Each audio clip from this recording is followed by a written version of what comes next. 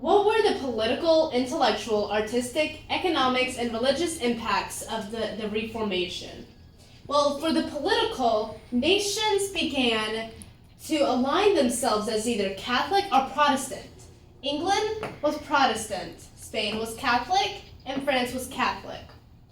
Monarchs began to reject the idea of being subordinated to religious authority. Secularization of political powers, these were the acts that each country partook about religion, and because of the Reformation, many people began to challenge the notion that monarchs ruled by divine right. Before the Reformation, people lived in a world where the church was seen as a place separated from secular governance. After the Reformation, the church was no longer seen as an independent authority separated from secular governance, which led people to having their own opinions on religion and the church, which was led to what is now. This is the intellectual reasoning, the impact of the Reformation. People began to think for themselves, and as an overall population, people began to become more literate, which caused them to be able to grasp and learn more. They started thinking to themselves about religion, and people were literate and they could interpret the Bible however they wanted without having to rely on the Catholic Church to interpret it for them. Because of this, a lot of religious branches formed during this era. An increase in knowledge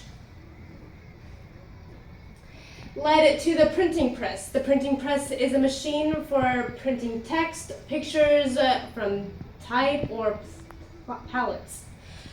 Individualism was a result for the Protestant Reformation. Individuals is the habit or principle of being independent and self-reliant.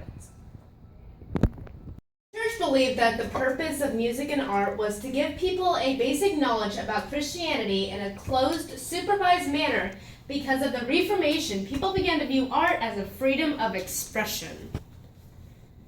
Art before the Reformation. In the beginning of the 16th century, the popes were patrons of art and architecture. And afterwards, Protestants did not promote cathedral buildings, and huge structures were not required for their simple religious purposes as they were before. Artists did away with religious images and pictures and altars and organs, crucifixions, and stained glass windows. Art began to deal with the secular rather than religious subjects. Art included common people and was more lifelike, like war.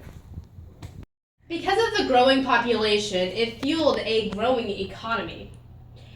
Part of the economics was you had to pay for your sins to be forgiven to the Pope. Northern Europe's new religious and political freedoms came at as a great cost. Within decades of rebellious wars and bloody prosecution, the 30 Years' War may have costed Germany 40% of its population.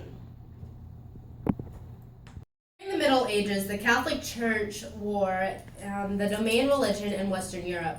Without a common government in Europe, the Catholic Pope became an important political leader. On the manor, priests were powerful because they controlled people's access to heaven by delivering sacraments and absolving sins.